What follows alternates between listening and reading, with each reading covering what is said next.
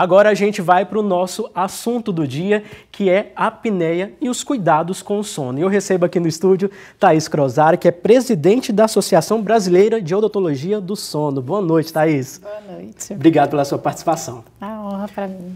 Para a gente começar, você pode explicar para quem assiste o que é a apneia? A apneia do sono é um distúrbio respiratório que acontece enquanto nós dormimos. Quando nós dormimos, relaxamos a musculatura do corpo todo, inclusive aqui, cabeça e pescoço. Nos pacientes que têm apneia de sono, quando ocorre esse relaxamento, a mandíbula vai lá para trás, a língua vai lá para trás e ocorre uma obstrução da via aérea. O principal sintoma é o ronco, que apesar de ser muito comum, não é normal e precisamos tratar. Então, se alguém estiver roncando, tem que ficar atento. Tem que ficar atento e buscar tratamento, que é o principal sinal clínico da apneia de sono, que traz sérias consequências. Mas todo ronco indica uma apneia? Não. Não. O paciente pode roncar e não ter apneia. O ronco é o primeiro sinal clínico, é o estreitamento da via aérea. Quando ocorre esse estreitamento, ocorre a vibração desses tecidos que provoca o ruído. Mas é o primeiro sinal clínico. Quando o paciente ronca, tem aquele ronco, de repente para, fica em silêncio, um tempo sem roncar, e depois volta com um ronco mais forte, isso é uma apneia de sono. Entendi. Que ocorreu obstrução completa.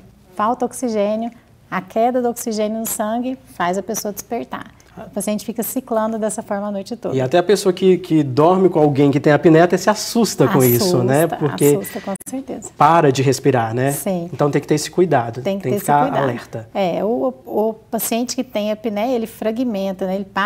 Ele acorda várias vezes ao longo da noite. E o companheiro também, que acorda com ronco. Então acaba fica os dois em restrição de sono. Assim, né? Com certeza. E Thaís, você sabe precisar quantas pessoas no Brasil sofrem de apneia? É algo que atinge mais homens, mulheres? Como que é essa situação? Olha, 1/3 da população adulta tem apneia.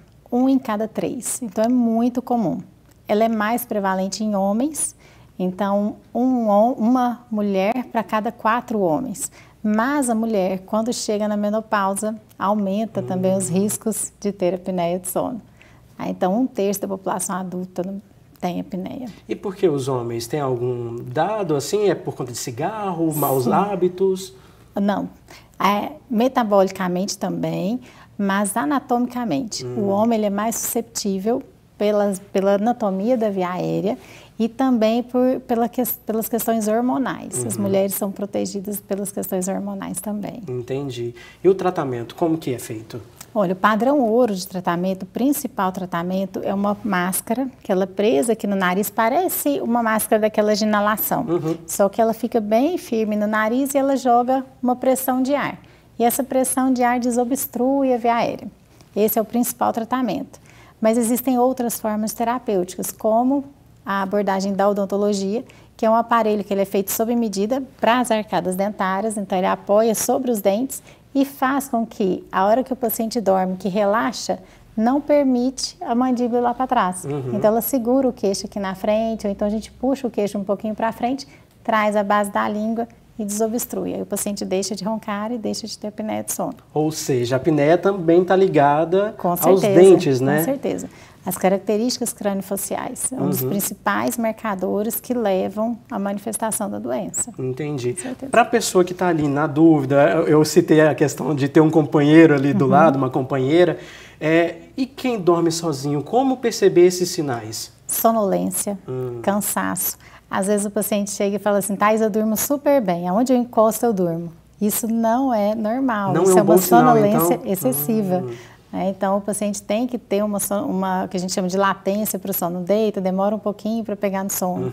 Então, esse cansaço extremo, a sonolência intensa após o almoço. Existe sim a sonolência pós-prandial, mas tem aquelas pessoas que, se não deitar para dormir, não consegue terminar o dia. O risco para acidente de trânsito, de trabalho é muito grande. Déficit de atenção, concentração, alerta, prejuízo de memória, ganho de peso. Isso tudo está relacionado à apneia de sono e são sinais da apneia de sono. E como a gente costuma falar de outras questões de saúde, a gente pode levar em consideração exercício físico, alimentação, também ajuda a curar da apneia? Com certeza. Um dos principais fatores que causam a apneia é a obesidade.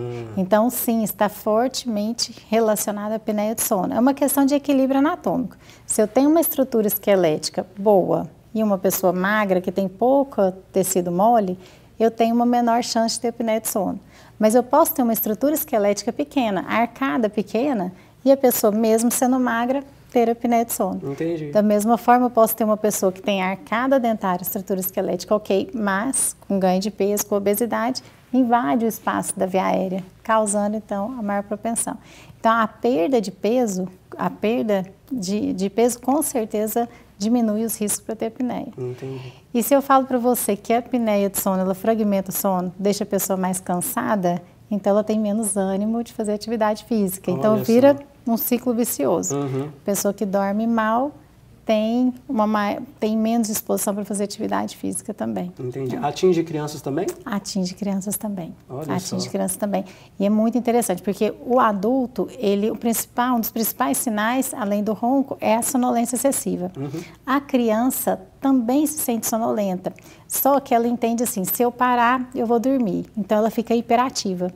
Isso é muito sério, porque quantas crianças têm sido tratadas por hiperatividade, TDAH e, na verdade, tem um distúrbio de sono. Olha só. Então, roncar não é normal. Na infância, menos ainda. Se a criança ronca 3 vezes por semana, por pelo menos 3 meses, precisa investigar e buscar tratamento. E, Thaís, para a gente encerrar, que o nosso tempo é curto, infelizmente, um alerta, uma dica, quais são os primeiros passos para poder tratar de algo que é curável, né? É tratável, Sim, né? É tratável.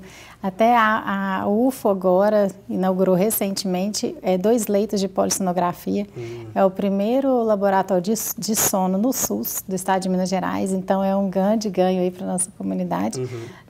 Se a pessoa ronca, precisa buscar tratamento. Quem trata? Médicos especialistas em sono.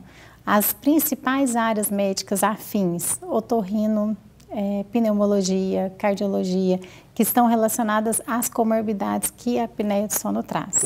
Ok. A gente recebeu aqui no Informativo TVU Thaís Crozara, que é presidente da Associação Brasileira de Odontologia do Sono. Obrigado mais uma vez pela participação, Thaís. Eu que agradeço. Muito obrigada. Volte mais vezes. Uma boa noite. Sim, obrigada.